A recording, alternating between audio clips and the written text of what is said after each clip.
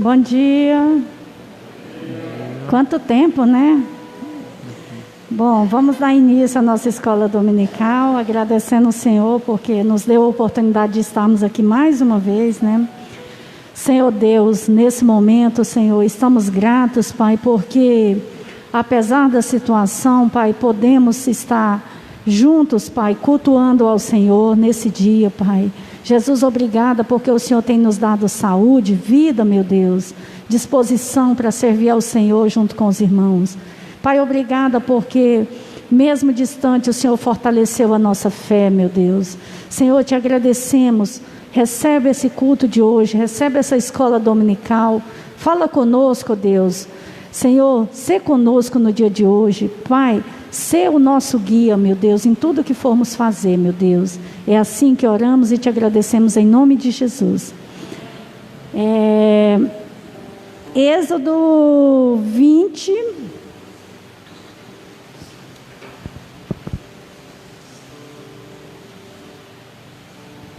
Do 18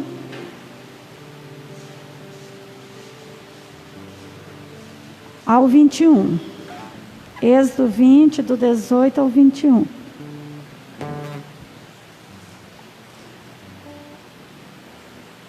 Todo o povo presenciou os trovões e os relâmpagos e o clangor da trombeta e o monte fumegante, e o povo observando se estremeceu e ficou de longe. Disseram a Moisés: fala tu conosco e te ouviremos, porém não fale Deus conosco para que não morramos.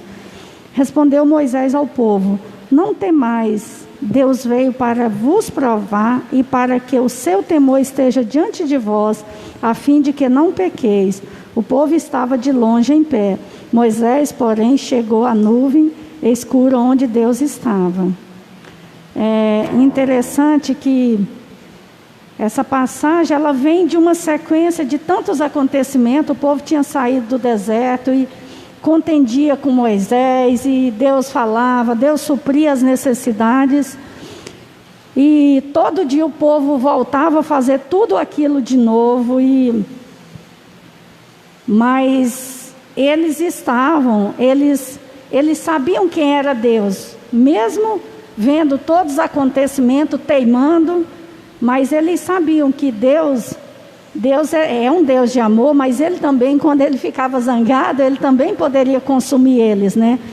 Tanto é que Ele fala que Ele fale com eles, porque senão Deus aniquilaria eles, né? E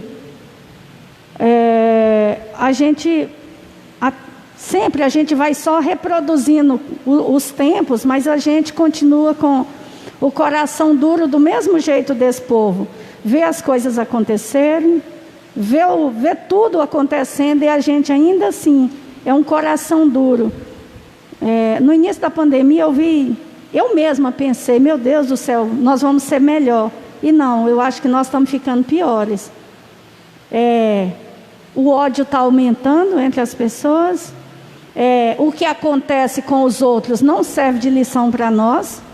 A gente zomba. O que estava acontecendo lá fora, a gente achava que não chegava aqui. Então a gente continua reproduzindo simplesmente em outro tempo. Naquela época o povo não tinha acesso à informação que nós temos. E hoje nós somos com o coração mais endurecido do que eles. Nada que acontece é suficiente para a gente mudar a nossa forma de pensar. A gente está todo dia na igreja e todo dia a gente vê a dureza do nosso coração. Basta ver, se você não concorda com alguém, vai no Facebook de irmãos da nossa igreja e vê a agressão que é com quem não concorda com ele. É uma agressão sem limite, que você pensa: não, esse aí veio encaminhado de coisa ruim, porque não tem cabimento. E assim, esses dias eu pensei: Deus, não me deixa partir dessa terra com um coração desse jeito não, porque e eu sei que não é só eu, isso é unanimidade, está todo mundo. A gente tenta melhorar esse coração e esse coração continua mal. Que Deus tenha misericórdia de nós, que nem na tragédia a gente é capaz de ter um coração mais brando. Hoje acontece uma coisa, a gente aparentemente está melhor, amanhã a gente já volta à dureza de novo. Meu Deus, o que aconteceu com a nossa geração? Nada, a gente está dentro da igreja e mesmo assim não é suficiente. Deixa alguém falar de alguém que a gente não gosta, você vai publicamente lá e aí você esbraveja, e se você pega ele na rua, você mata ele, de tanta ira que você tem. Onde que está Deus na nossa vida? A gente fica lendo, eu estou lendo o livro de Êxodo e vendo, gente, o povo acontecia coisas e eles continuavam fazendo e continuavam, mas hoje nós estamos vendo a história, passou, nós lemos, nós vimos, e isso ainda não é suficiente. Eles estavam vivenciando, nós já vimos tudo isso, e estamos vivenciando um novo momento, e ainda assim, nós estamos com um coração muito endurecido. Então, assim, será que amanhã não pode ser a gente que está sendo recolhido por Deus com um coração desse jeito? Que exemplo de crente que nós vamos ser, passar por essa terra e deixar só marcas ruins? A gente não tem um bom testemunho de amor, do que a gente aprende. A gente não precisava estar vindo de domingo a domingo para a gente aprender isso. Isso são valores que a gente aprende ao longo da vida. Nem precisa ser um crente para sensibilizar com as pessoas. Não, a gente está querendo agredir. A gente está querendo ser eu que vou bater mais doído. Então, assim, sinceramente, é assustador. Não estou falando dos outros, eu estou falando de mim. Porque a coisa começa na gente. Mas que Deus tenha misericórdia. Vamos cantar o cântico 10.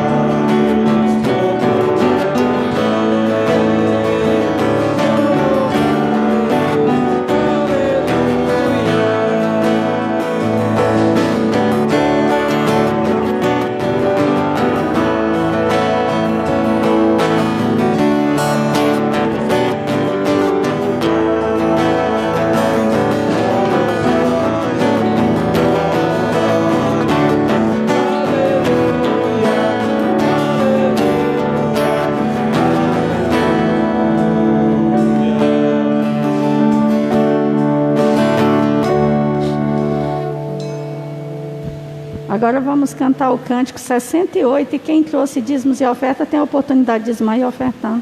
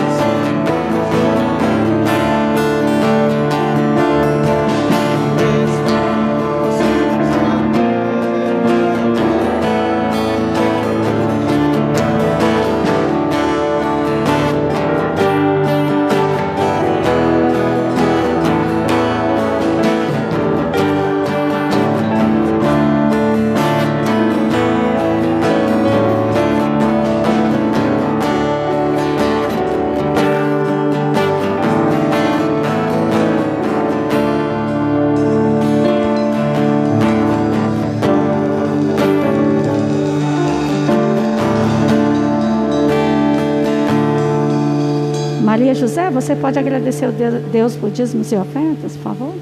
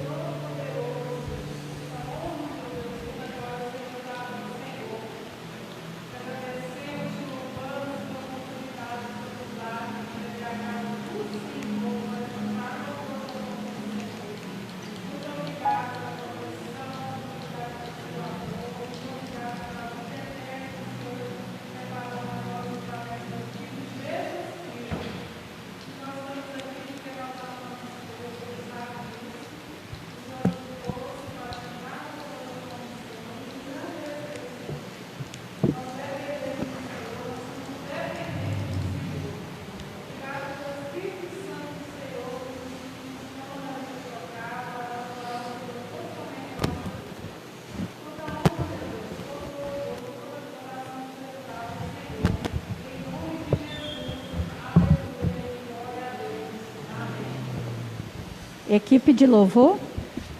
Bom estarmos aqui louvando a Deus. Eu te convido para que se coloque de pé e que juntos possamos louvar o nome dele.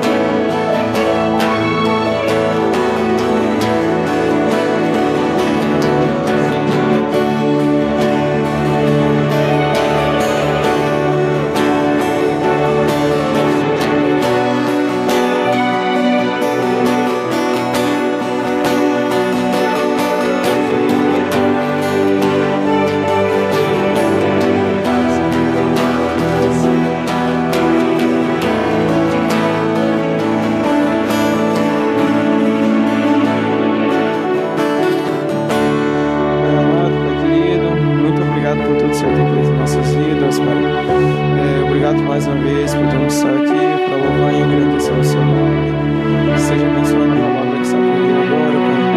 É por isso que eu te oro e te agradeço. Em nome de Jesus, amém.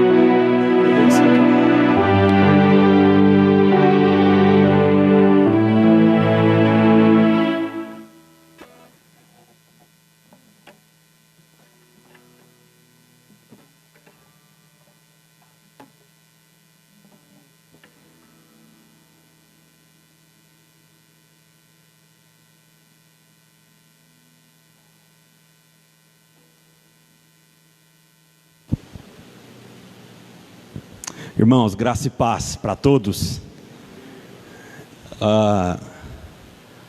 Orientar os meninos que quando vocês tiverem, pelo menos o ministro, tá? Pode tirar a máscara, porque até para a leitura labial, às vezes a gente não escuta bem, mas vendo os lábios a gente consegue identificar o que foi dito, tá? Eu sei que é um tempo de muito cuidado mesmo, e a gente tem que fazer isso com muito cuidado, mas às vezes facilita para alguns dos irmãos. Pelo menos aquele que está falando no momento, quem está na liturgia ou o ministro, pode retirar a máscara. E todos vocês que ouvem, com a máscara, por favor, tá? Amém. Queridos, eu estou assim, muito feliz hoje, porque a gente está terminando um material... Mais um, né, dos livros, do material que a gente tinha proposto a trabalhar com vocês nesse ano. Então a gente já passou pela busca da santidade, a gente já fechou esse material aqui, fizemos ele todo. A gente está com a última lição hoje, a busca do crescimento, esse material aqui, nossa última lição. E o próximo material, né, cerca de 170, 180 páginas, a busca do avivamento. É um material do Jonathan Edwards. Então vocês estão cansados, né, de ouvir falar do nome desse rapaz, mas foi o grande avivalista do século XVIII. Então, por meio do ministério desse homem aqui, a igreja experimentou de um crescimento e de um avivamento espiritual. E a minha proposta era trabalhar esses 3 livros com vocês durante esse ano, e a gente está quase conseguindo cumprir tudo. Eu tenho hoje uma proposta diferente, né? Como sempre eu vou explanar um pouco sobre a aula, mas também nós vamos ter um exercíciozinho. Então, eu creio que vocês já receberam um papel em branco aí, né? E atrás de vocês, aí próximo de vocês, tem uns lápis de cor, né? Que a gente vai exercitar aí um pouquinho da nossa criatividade, tá bom? Mas isso é mais para o finalzinho da aula, você pode ficar tranquilo. Você vai responder uma perguntinha e vai fazer um desenho no final. Beleza, eu queria que você abrisse sua Bíblia aí, Filipenses capítulo 1.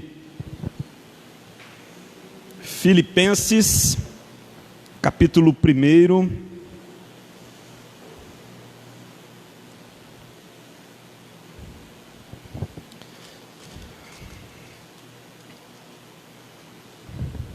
Verso 21 ao 24, a palavra do Senhor diz assim: porquanto para mim o viver é Cristo e o morrer é lucro. Entretanto, se o viver na carne traz fruto para o meu trabalho, já não sei o que hei de escolher. Ora, de um lado e outro lado, estou constrangido, tendo o desejo de partir e estar com Cristo, o que é incomparavelmente melhor. Mas por vossa causa, é mais necessário permanecer na carne. Amém. Hoje a proposta da nossa aula é pensar que a gente deve trabalhar pelo céu. E quando eu uso essa expressão que é do próprio Jonathan Edwards, eu não quero, momento algum, trazer na sua mente a ideia de que você trabalha para merecer o céu, porque esse trabalho quem fez foi Cristo Jesus, e nos deu os céus pela sua graça. Mas eu queria que você pensasse que toda a vida prática, vivida até desde o momento do nosso nascimento em Cristo Jesus, né, que é o novo nascimento, até o retorno dele, a segunda volta, a gente tem um trajeto no qual precisa ser visto como um trabalho, uma missão na qual a gente precisa se esmerar até que Cristo volte. Então a proposta de hoje, o objetivo da aula é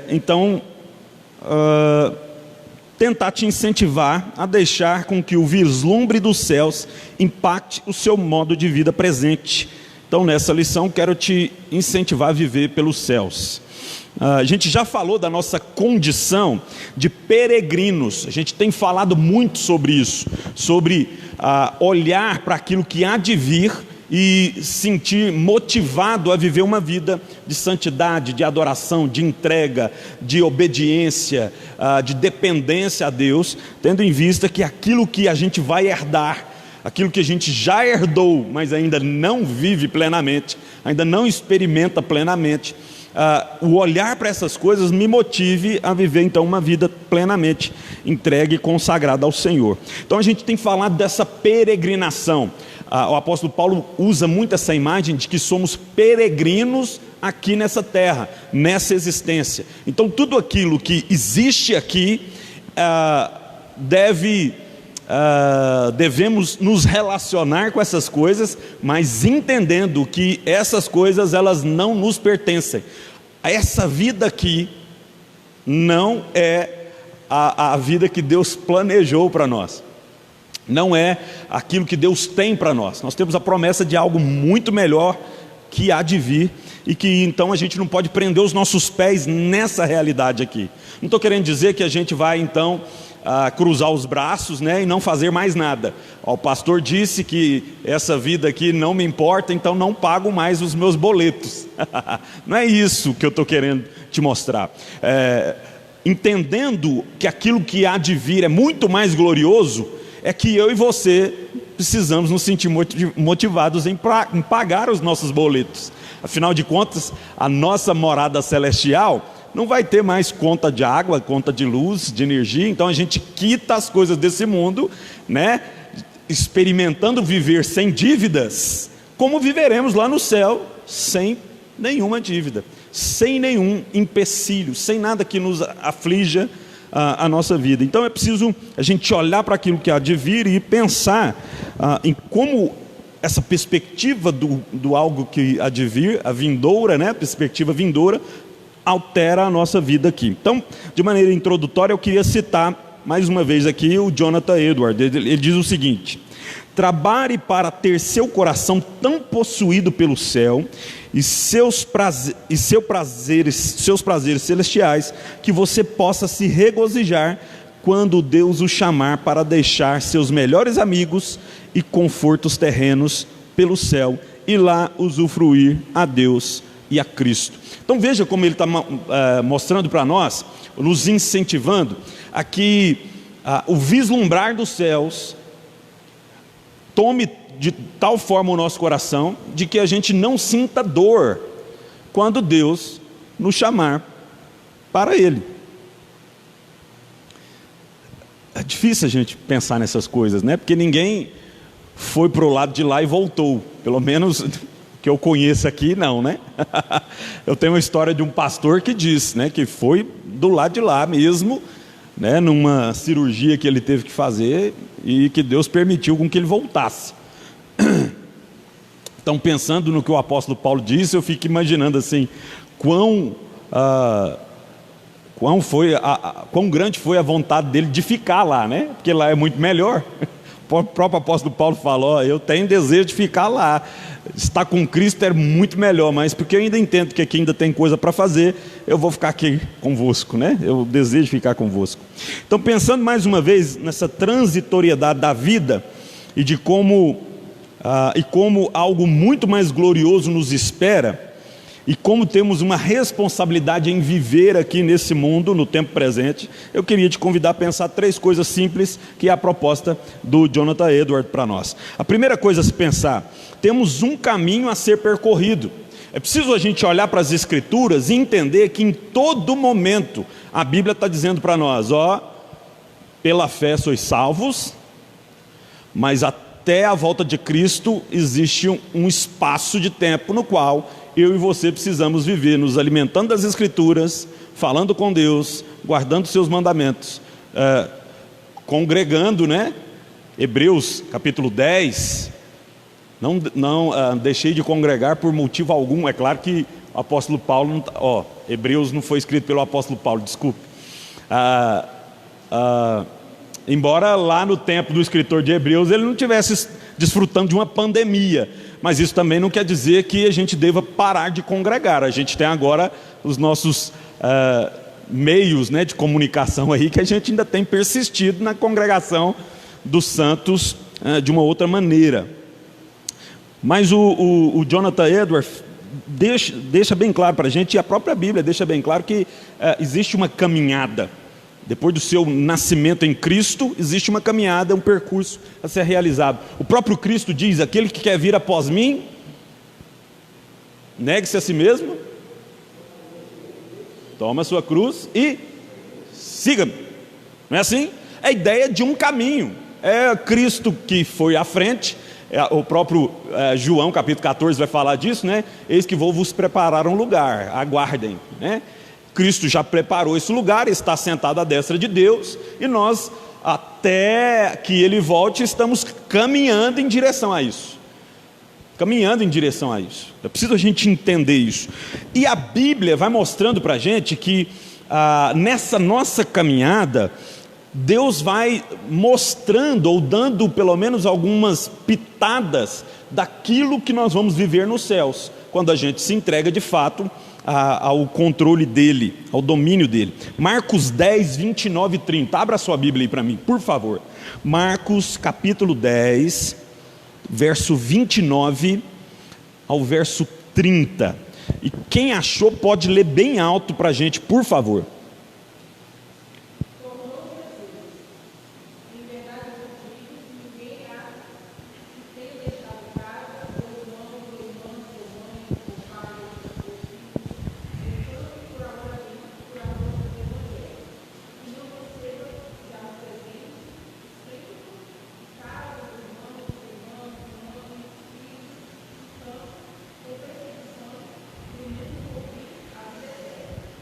Ok, perceba que Cristo está dizendo que esse caminho, esse trajeto que temos de uma vida que aguarda o retorno do nosso Senhor, ela implica em abrir mão de algumas coisas, mas que no presente século, diz o texto, no presente momento, nessa vida, no aqui, a gente vai receber 100 vezes mais.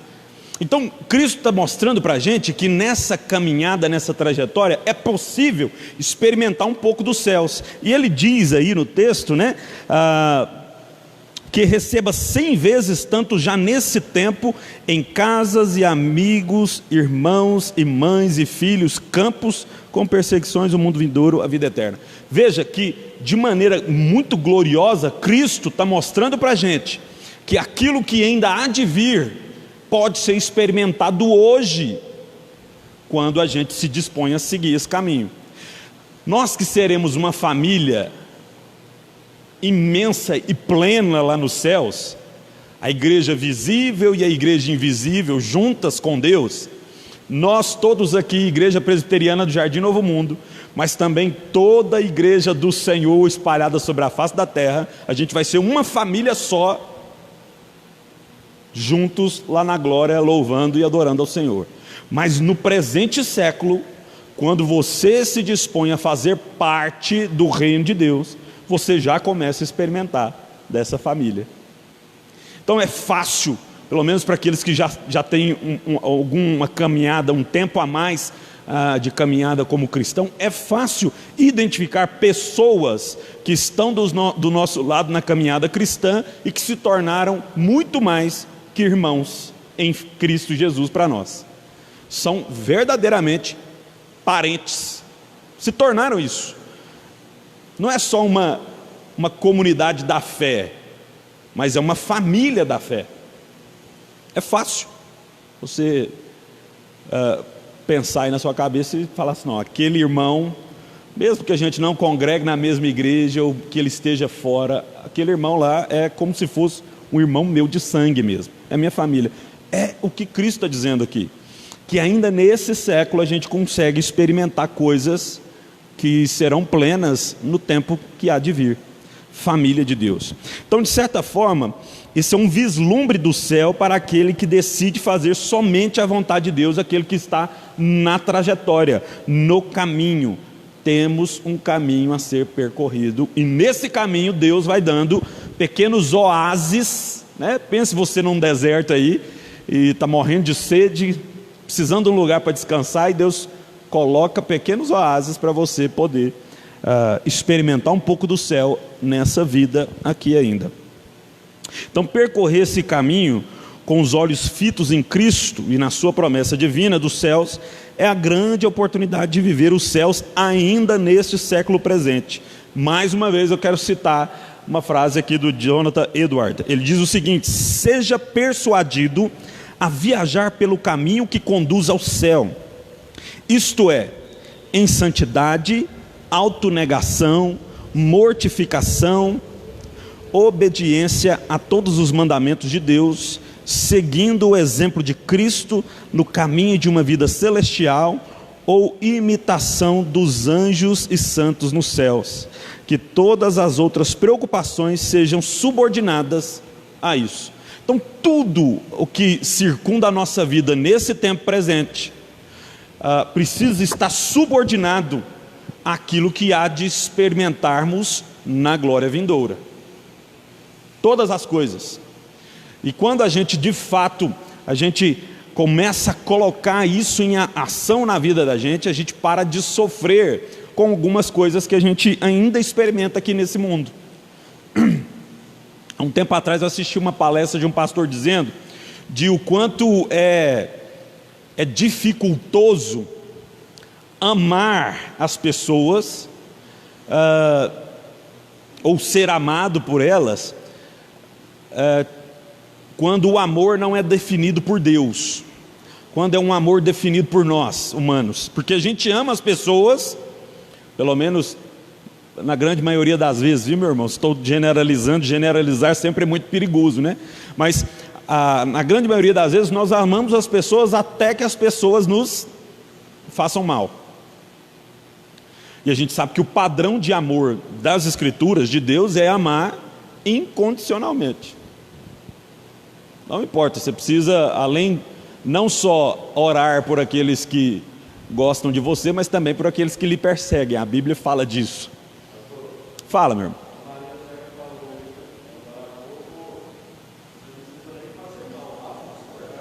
Aham.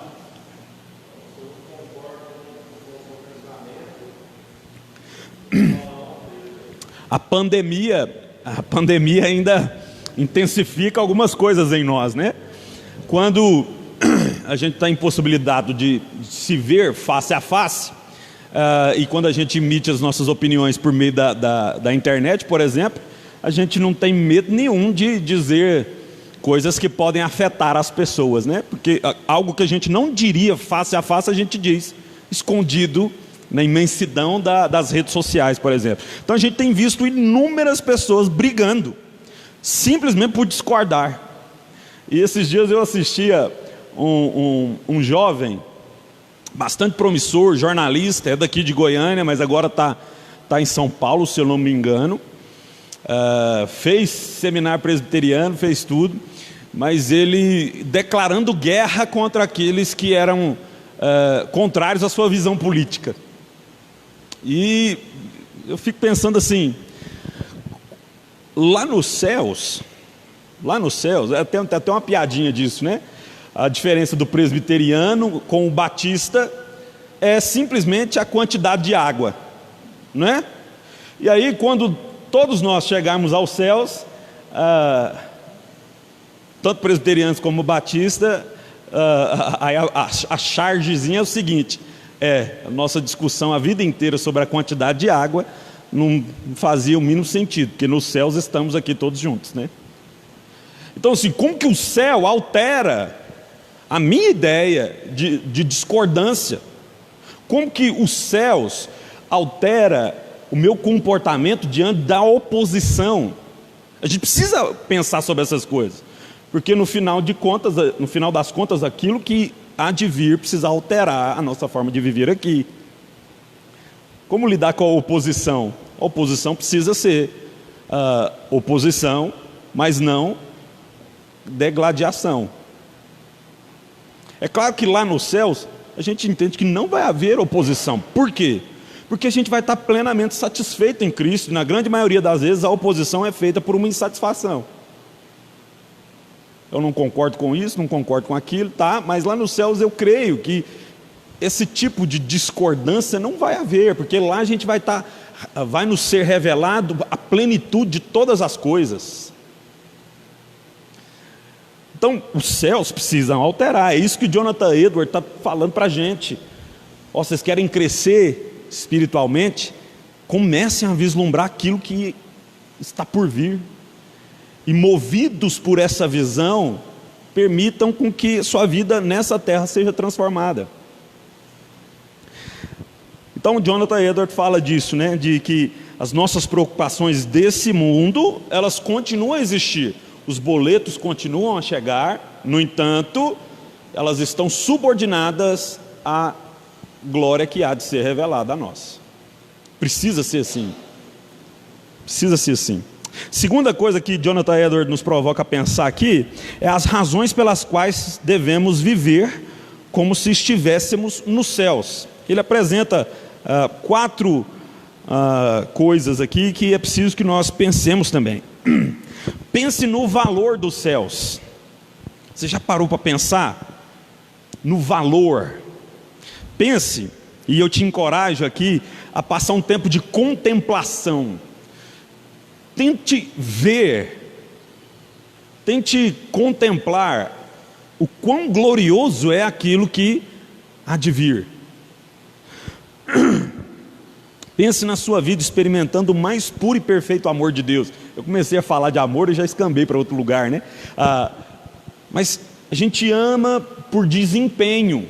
A gente luta contra isso. Isso é uma concepção de amor pecaminosa. A gente ama por desempenho. E ela começou lá no jardim, lembra? Que Adão olha para a mulher e fala: meu Deus, ossos dos meus ossos. Será chamada varoa, porque do varão foi tomada. Está vendo um amor glorioso? Mas logo depois do pecado ele fala: a mulher que tu me deste. A mulher ainda foi demais, né? A mulher que tu me destes. Vê que virou agora por desempenho. Ela fez algo de errado, que na verdade não foi ela, foi eu, mas eu estou empurrando uma... Calma, as mulheres não me atirem nada. Celulares, pedra, né? Igual a piada, né? Não me atirem nada. Mas veja que passou a ser um amor vivido pelo desempenho. Quando o desempenho foi errado e não me agradou, a figura da varoa, pois do varão foi tomada, mudou. Essa é uma luta constante nossa. Constante. A gente precisa estar sendo restaurado sobre a ideia de amor pleno. Agora pense no que é ser amado plenamente lá nos céus. Pense nisso. Pense que você não tem mais que puxar saco de ninguém. Pra você ser amado, você não tem que... você não tem que ter medo de falar o que você pensa. Você não tem que ficar medindo palavras. Uma das coisas que mais me emociona ao ler os Salmos é isso. Por várias vezes o salmista fala: eu não tenho medo, Senhor, de falar para o Senhor o que eu estou sentindo. Eu olhei para o ímpio e eu fiquei indignado, porque ele está bem melhor do que eu, Senhor. Não tem medo de falar essas coisas, porque sabe que o amor, do ponto de vista de Deus, não leva em consideração essas coisas. Não é por desempenho, é porque Deus quis amar. Pense o que é ser amado lá, e permita com que essa realidade altere a sua forma de viver aqui. É preciso a gente despertar para isso, né? Sem precisar chamar a atenção de ninguém para ser amado, não é assim? Sem o desconforto que traz a insegurança de não saber se o outro te ama verdadeiramente. Quanto que isso assola casamentos. Tem uma piadinha que a gente conta, né? Que diz que o marido, no aniversário de casamento, todo feliz da vida, fala: vou levar a mulher para tomar um sorvete. E aí chega, pé, né, minha irmã? Nossa, tomar um sorvete? Ok. Ao que pesa o sorvete, ele fala: que é isso?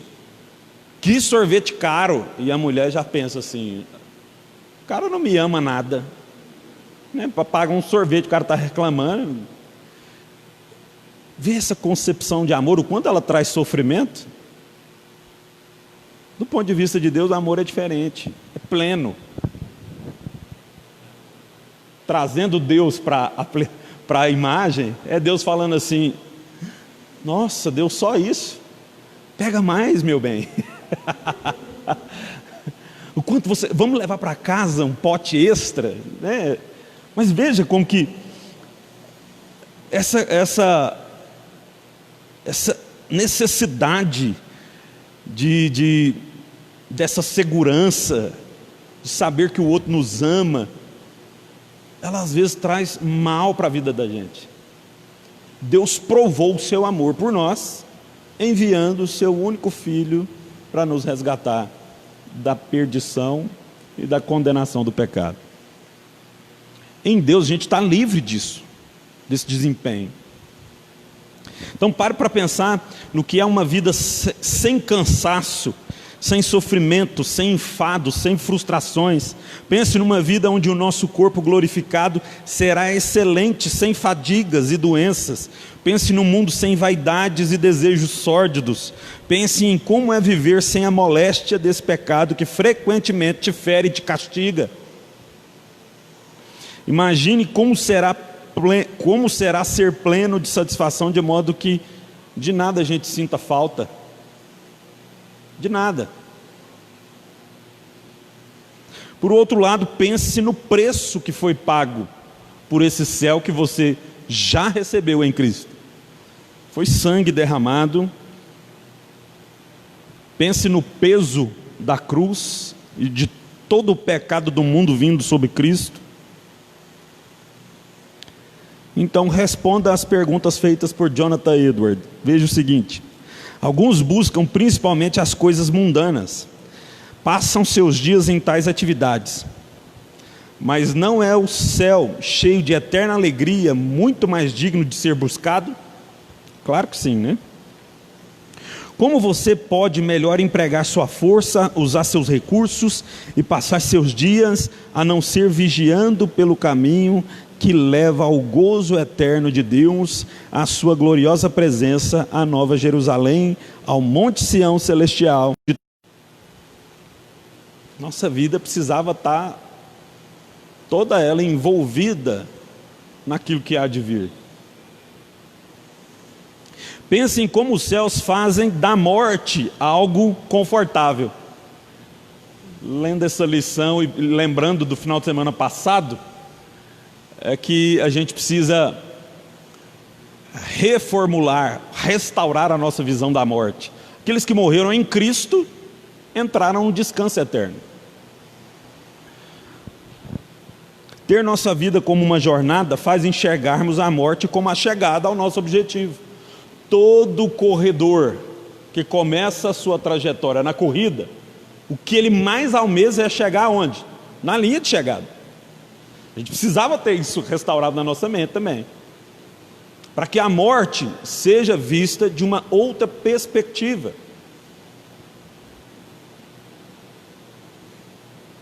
Lembra de Cristo? Cristo falava assim: é necessário que eu seja entregue na mão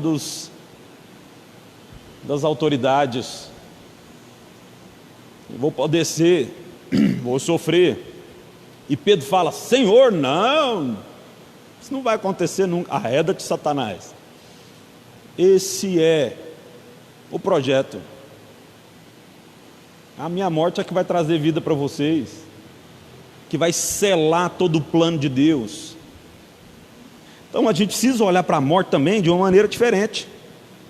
A morte é algo confortável para aqueles que estão em Cristo. Essa também é uma grande verdade. O apóstolo Paulo fala que nós somos o perfume de Cristo. Para os que estão em Cristo, aroma suave, mas para aqueles que estão sem Cristo, é cheiro de morte.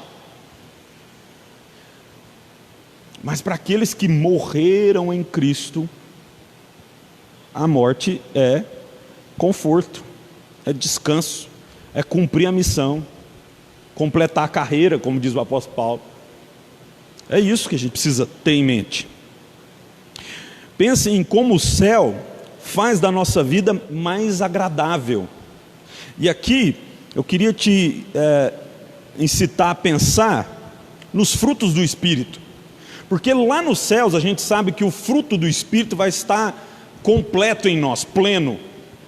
Paciência, paz, alegria, bondade, benignidade, mansidão, domínio próprio. Amor, né? Todas essas coisas lá vai ser pleno. Mas contemplando aquela plenitude no que há de vir, precisamos nos esforçar para que isso comece a acontecer desde já. Então nosso amor, nossa alegria, fidelidade, bondade, benignidade, paz, todas essas coisas já precisam estar em pleno desenvolvimento e crescimento aqui, fruto do Espírito. E a gente vai então fazer dessa vida aqui mais agradável, quando a gente ama as pessoas incondicionalmente, quando a nossa alegria está no Senhor e não em coisas, quando nós somos irmãos em Cristo, pacificadores, quando a gente é manso no tratar com as coisas, a gente faz tudo aquilo que está à nossa volta bem melhor. Vocês concordam comigo ou não? Presbítero Hélio, pode falar, meu irmão.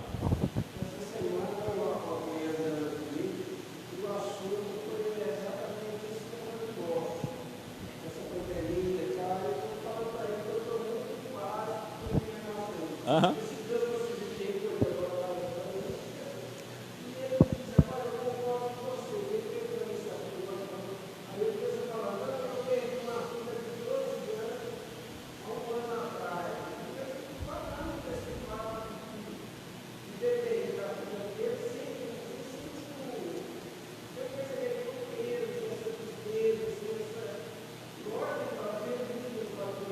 Sim.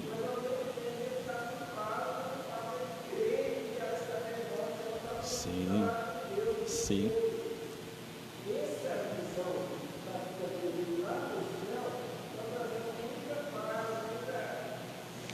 Faz da vida mais agradável. Faz da vida mais agradável.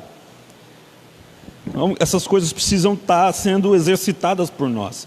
Lembre que é a busca do crescimento, né? A proposta de Jonathan Edwards. A gente está olhando para aquilo que há de vir e está crescendo motivado por isso. Ok. Por fim, pensem que a nossa vida é uma jornada para o céu ou para o inferno. A vida do cristão é caracterizada por gerar frutos. João capítulo 15 deixa isso muito claro. Aquele que está enxertado na videira, ele produz. E aquele que produz, Deus ainda vai lá e dá umas podadas nele para que ele ainda produza ainda mais. Mas aquele que não produz é arrancado, lançado ao fogo para ser queimado. Então essa trajetória, é preciso haver crescimento. É a proposta do livro todo. É preciso estarmos desenvolvendo alguma coisa. A própria Bíblia fala, né, que o próprio Deus preparou boas obras de antemão para que andássemos nela. É seguir os passos, como dizia Cristo Jesus. Tome sua cruz, negue-se a si mesmo e siga-me. Já está preparado. Você já está no trajeto. Os passos e os caminhos, né, já foram aplanados e você tem uma luz a seguir. A gente tem trabalhado aqui às quartas-feiras, né, no culto de oração, Salmo 119. Então são agrupamentos de 8 versículos, né, que formam cada estrofe ali do Salmo. E sempre o salmista fala: Senhor, as coisas ficaram ruins, mas eu não abandonei a sua lei. Porque ele sabe, ele conseguiu contemplar de que o caminho a ser seguido está na lei do Senhor.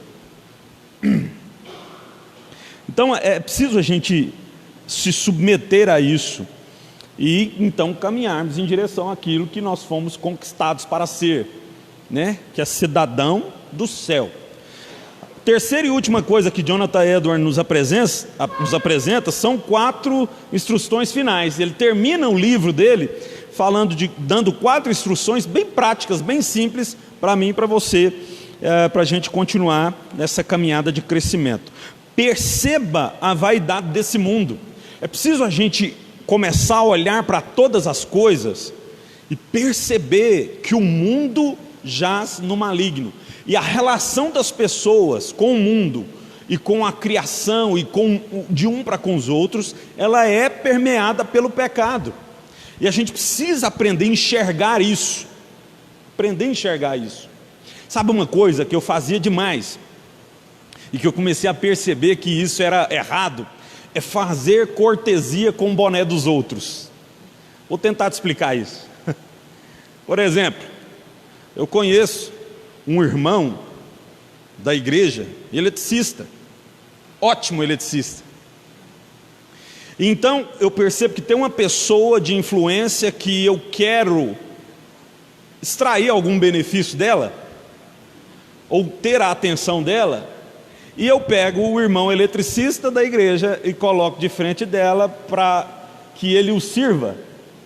Mas a minha intenção é despertar a atenção do outro. Não sei se vocês estão conseguindo entender. A minha intenção não é beneficiar, não é ajudar, mas é tirar proveito de uma situação. Irmãos, quanto a gente tem visto disso? Esses dias atrás, uma empresa grande aqui de Goiânia, não posso nem falar o nome porque está na internet, né? Mas uma empresa grande aqui de Goiânia que fornece EPIs, material para segurança, inclusive para nossa segurança, né? A empresa renomada, grandiosa, vendendo máscaras falsificadas.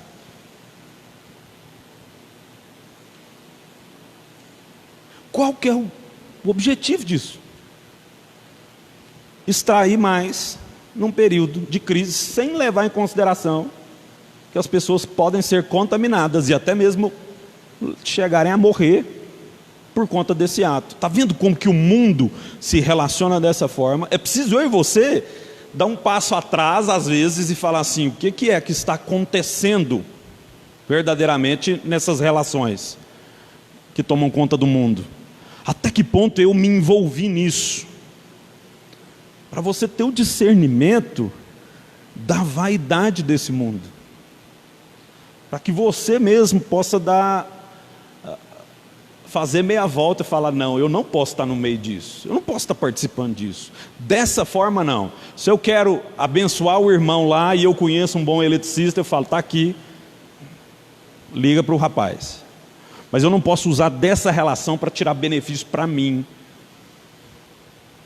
Isso é uma relação alterada pelo pecado. Então veja como que... Então a partir daí, depois que eu percebi isso, eu falei: não, eu tenho que arrumar uma outra maneira, né? De lidar com essas coisas. Se eu preciso do irmão para alguma coisa, eu tenho que ir lá e falar para ele, eu tenho que dar um outro jeito. Mas do jeito pecaminoso que eu estava fazendo, eu não estava no caminho correto. Era preciso voltar atrás. Era preciso voltar atrás. Faça o caminho de volta. Enxergue a vaidade do mundo, enxergue a forma pecaminosa de se relacionar e dê um passo atrás, volte para o caminho do Senhor. Segunda coisa, esteja familiarizado com o céu. É preciso a gente pensar mais sobre os céus. É preciso a gente pensar mais sobre os céus. É preciso a gente parar algumas vezes e tentar contemplar aquilo que há de vir. Precisa a gente fazer isso. E aqui eu vou usar uma dinâmica com vocês aqui que é bastante até mesmo infantilizada, né?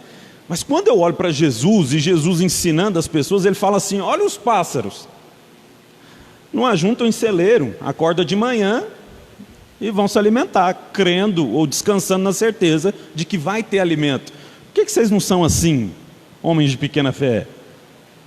Então Cristo fala para a gente olhar para as coisas, para a gente tirar lições disso. Por que não olhar para os céus e para aquilo que a Bíblia fala sobre os céus e tirar lições disso? Esteja mais familiarizado com o céu. Busque o céu por intermédio de Cristo. E aqui ele fecha, trazendo a ideia de que todo o nosso esforço não garante os céus, mas aquilo que Cristo fez. A gente precisa trabalhar como se tudo dependesse de nós, mas também descansar na certeza de que tudo foi feito por meio de Cristo. Zezé, pode falar, minha querida.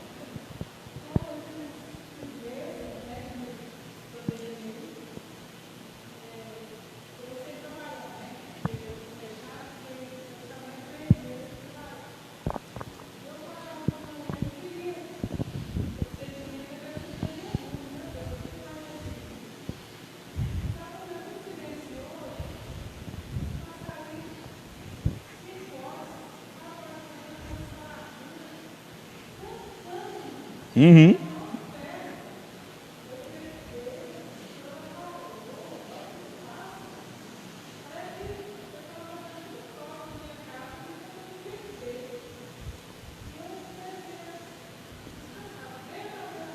Sim.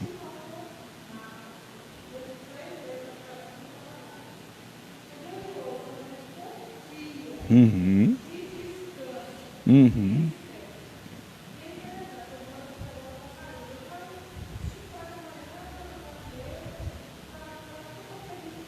Aham. Muito grandioso a gente passar por essas experiências assim, que aquilo que Deus já havia dito se materializa diante da gente, né? Isso é muito glorioso. Por fim, Jonathan Edwards fala: ajude uns aos outros. Todos nós que cremos em Cristo estamos caminhando em direção ao céu, de modo similar aos israelitas subindo para Jerusalém para adorar ao Senhor, apresentar suas ofertas. E nessa caminhada um ajudava o outro. Lembra de Jesus? O ambiente era um ambiente tão glorioso que Jesus se perde. Não é que Maria e José eram maus pais, não. É porque era comum naquela subida eles se relacionarem muito bem. Era um ambiente de segurança, de amparo, de compaixão, de dividir as coisas, compartilhar. Então 2 dias depois da falta do menino, eu falei: cadê? Está demorando, ele ainda não apareceu. Procura no meio do povo: não, já não viu não, volta para trás, Jerusalém, acha o menino sentado debatendo com os doutores da lei. Mas é preciso a gente ver nessas coisas e entender que o ambiente da igreja também precisa refletir os céus. Aquilo que lá a gente vai ser pleno no amor de um para com o outro, pleno no tratar de um para com o outro, a gente precisa começar a experimentar disso aqui. Amparar, amar, aquilo que a gente não vai ter falta de nada disso lá nos céus. Lá no céu a gente não vai se sentir sozinho. Lá no céu a gente não vai ficar depressivo. Lá nos céus a gente não vai ficar angustiado. Mas nós aqui precisamos promover isso na vida uns dos outros. Aqui eu já preciso fazer com que o Júnior não fique angustiado, ou com que pelo menos eu ajude o Júnior a carregar essa carga. Essa é a ideia da Bíblia, que a gente está caminhando juntos em direção a Canaã celestial. Nesse caminho a gente precisa ser amparo um para o outro, precisa ser cuidadoso um com o outro. A gente está subindo para a nossa grande festa nos céus, para a última das festas, O Cristo é tão glorioso que fala que não tomarei desse cálice até o dia que eu voltar para buscar a igreja. Dá para vocês imaginarem o dia que vai ser, a festa que vai ser nesse dia? O próprio Jesus fala: eu não vou mais beber o vinho, aguardando o dia que a gente vai beber juntos. Olha que coisa mais maravilhosa. O Senhor está guardando esse dia, está esperando por esse dia. Exercício, para a gente terminar nosso encontro hoje. Então você pode pegar o seu papelzinho aí, você vai abrir sua Bíblia, 2 Coríntios, segunda carta de Paulo aos Coríntios, capítulo 6, você vai ler do verso 12 até o capítulo 7, verso 1. Segunda carta de Paulo aos Coríntios, capítulo 6, do 12 até o capítulo 7, verso 1.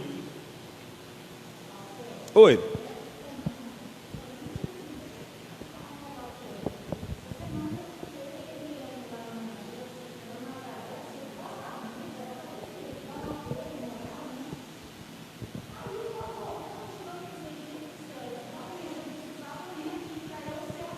Aham.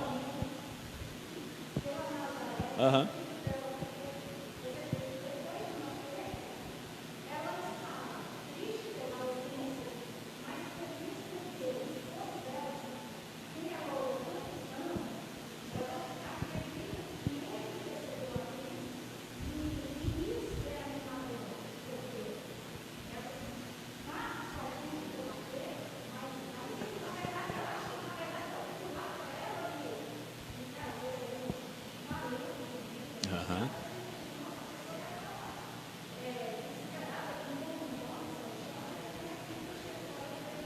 Aham.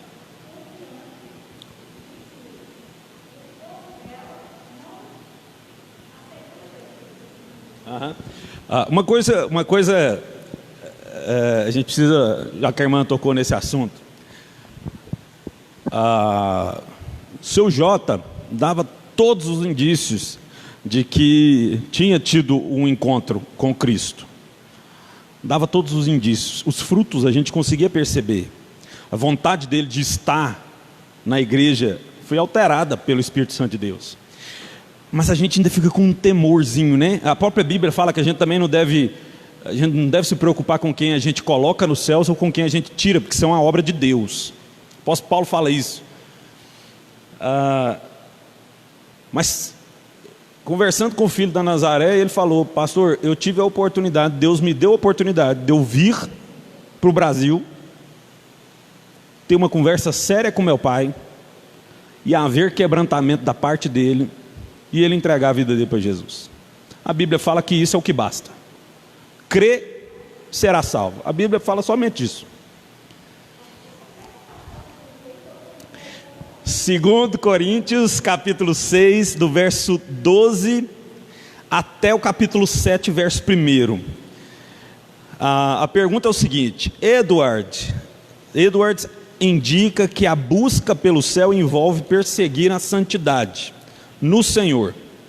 A busca por essa santidade é a evidência de que se está caminhando em direção aos céus por meio de Cristo.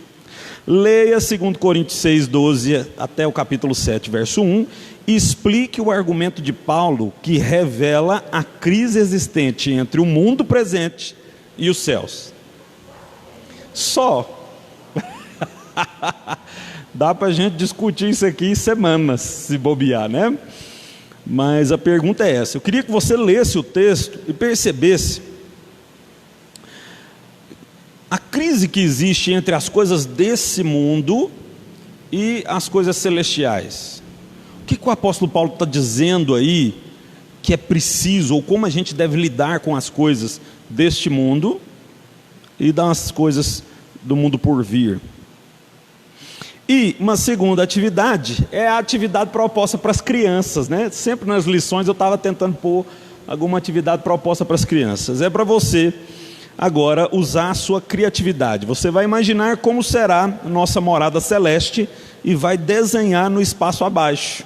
Está vendo o espaço abaixo aí, que é do outro lado da sua folha, que está em branco?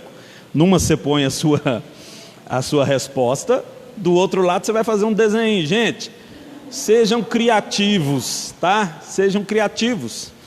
A Bíblia fala de coisas gloriosas que a gente vai experimentar no céu. Sejam criativos e eu vou dar um tempinho para vocês fazerem isso. Oi? Isso. O Rafael pinta tudo de roxo.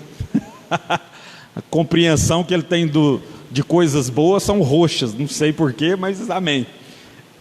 Então você tem esse tempinho aí, tá bom? Vou dar uns 10 minutinhos. Acho que é o bastante.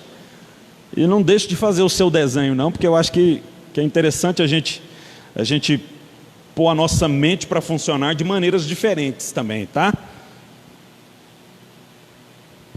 Então vamos lá, 10 minutos.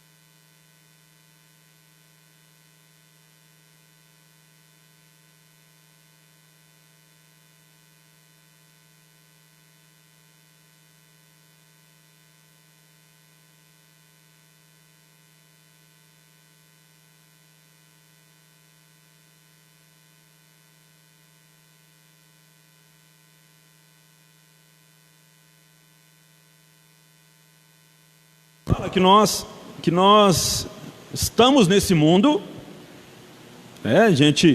mas a gente precisa buscar e pensar nas coisas do alto. Colossenses capítulo 3. Se você for olhar nas escrituras, você vai perceber isso.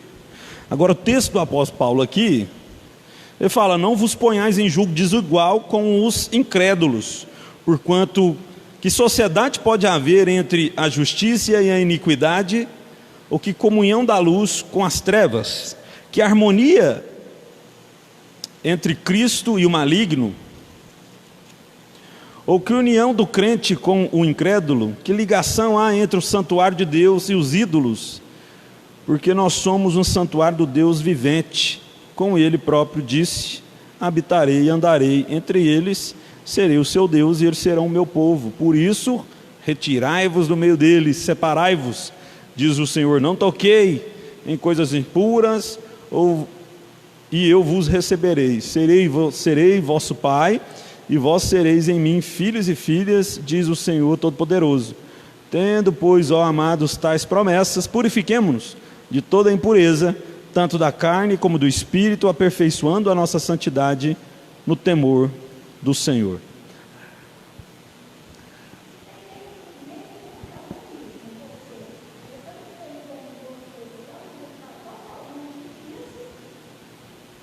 Ok.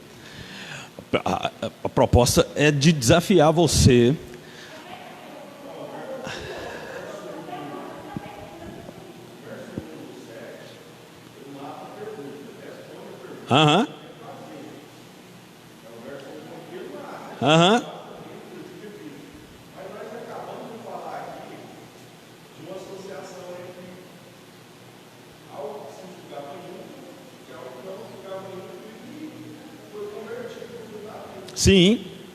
Sim.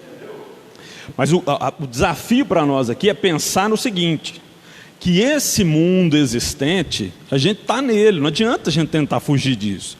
Agora, como que é viver nesse mundo como peregrino? É não se associar, é relacionar sem contaminar.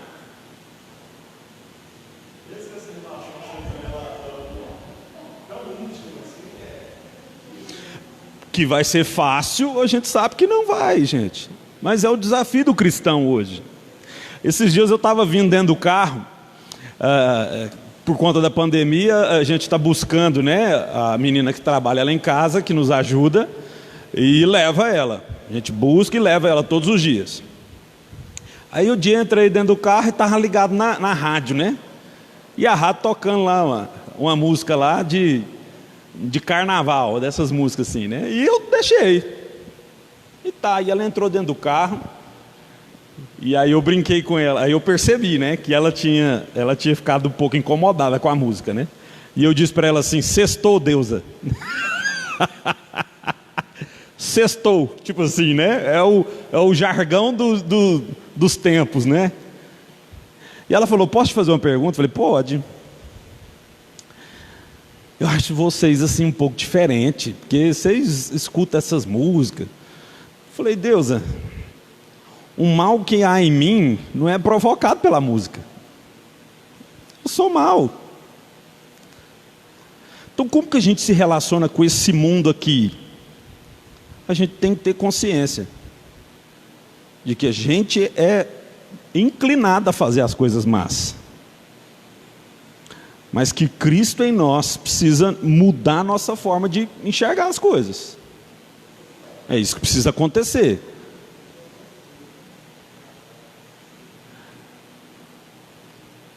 Essa é a nova visão de mundo que a gente tem. Isso é estar no mundo, mas não ser do mundo. O apóstolo João fala disso, né? Aquele que acha que está em Cristo e é amigo do mundo, está enganado. Tem alguma coisa de errado aí. Cristo fala que o mundo nos odeia. A gente precisa aprender a se relacionar com esse mundo aqui, sem fincar os nossos pés nele. É isso que eu quero que vocês pensem. Como fazer isso? Vamos, eu quero que vocês respondam. Vigiai.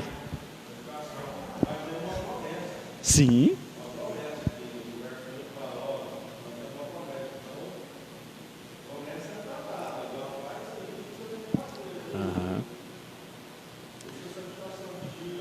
Exato.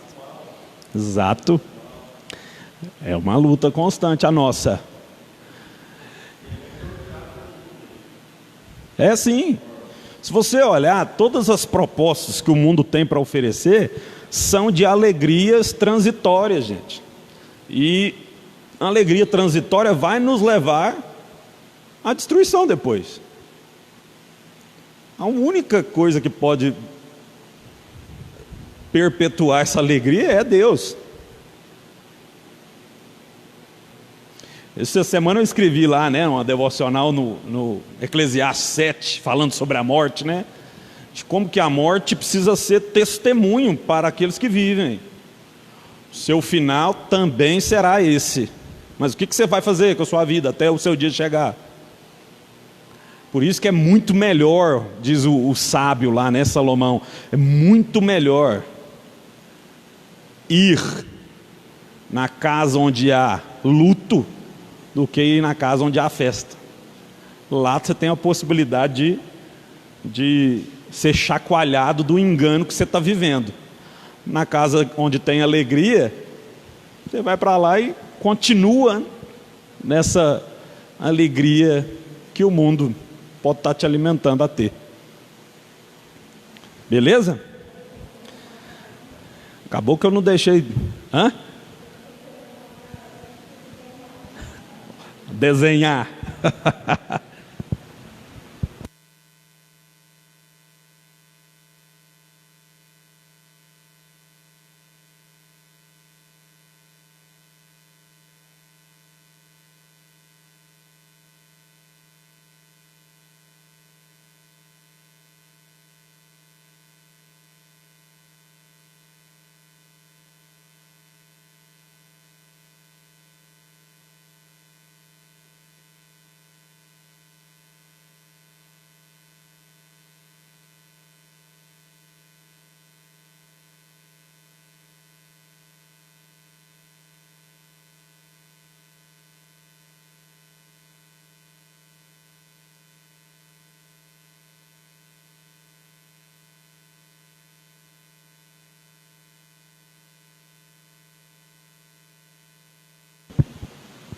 Agora as professoras do departamento infantil tá sofrendo na pele aí, hein? O que as crianças... Rapaz, mas você falou uma coisa que é interessante. A criança, se você pedir ela para desenhar o que ela acha que vai ser o céu, vai sair coisa assim. Eu lembro do Pedro, aquele pastor que também tem um ministério com um palhaço, né? E um dia, num encontro de crianças, ele começou a pregação falando: o que vocês acham que vai ter no céu? E teve na hora um menino levantou a mão: muito doce e chocolate.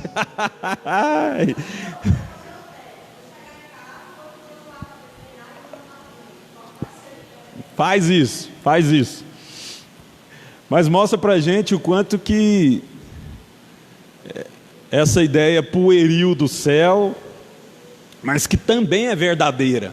Aquilo que a criança acha que é bom, que traz satisfação para ela, é aquilo que ela quer que tenha lá nos céus, né? Isso é bonito de ver também. Assim, para mim, vocês sabem o que vai ter nos céus, né? Pro Tião, vocês sabem o que vai ter. Não pode faltar, né? Churrasco. Para mim é doce de qualquer espécie.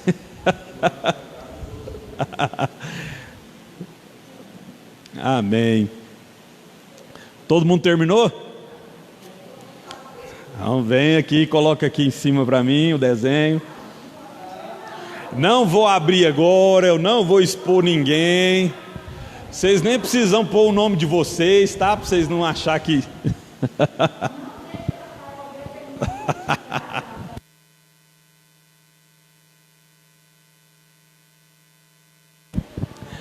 Os irmãos, enquanto vocês vão terminando, queria que a gente fizesse um tempinho de oração. Olha o Júnior escondendo o desenho dele. Vamos orar pela Nazaré, pela família, pela dona Sebastiana também. Nós temos a dona Adélia, né, que está enferma. Orar também pelo Gesiel. O Gesiel também teve até internado por conta da coluna, está sentindo muitas dores. Então vamos orar por esse pessoal. Feche seus olhos aí.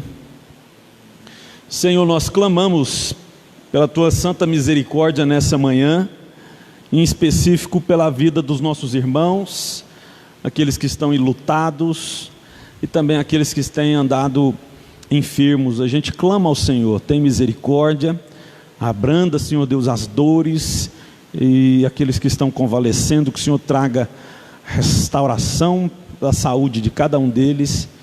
E também nos visita, Pai, com o Teu Santo Espírito, trazendo sobre nós uma ideia, Senhor Deus, do que é aquilo que há de vir. A palavra do Senhor fala que o Senhor vai enxugar toda lágrima, e o que a gente entende é que todas as nossas dificuldades serão aniquiladas diante de um Deus glorioso em amor. E a gente quer mais uma vez, Senhor Deus, colocar nossa vida diante do Senhor e clamar para que o Senhor revele isso ao nosso coração, e que desde já a gente possa experimentar dessa realidade. Multiplique em nós e frutifique em nós o fruto do Espírito, nos abençoe, nos fortaleça para uma vida de santidade. Guarda o nosso coração, ó Pai, desse mundo mau, e que a nossa mente e os nossos desejos estejam todos eles submissos à glória que há de ser revelada a nós. Esse é o nosso clamor, a nossa oração, em nome de Jesus, amém. O texto que vai ser pregado hoje à noite, segundo livro de Samuel, capítulo 8. A gente vai continuar ainda as batalhas de Davi. Para aqueles que não conseguirem vir ao culto, ou achar melhor não vir, também vai ser transmitido pela internet, tá bom? Na página da igreja. Deus abençoe, vão em paz. E não deixem de deixar os seus desenhos comigo aqui. Abraços.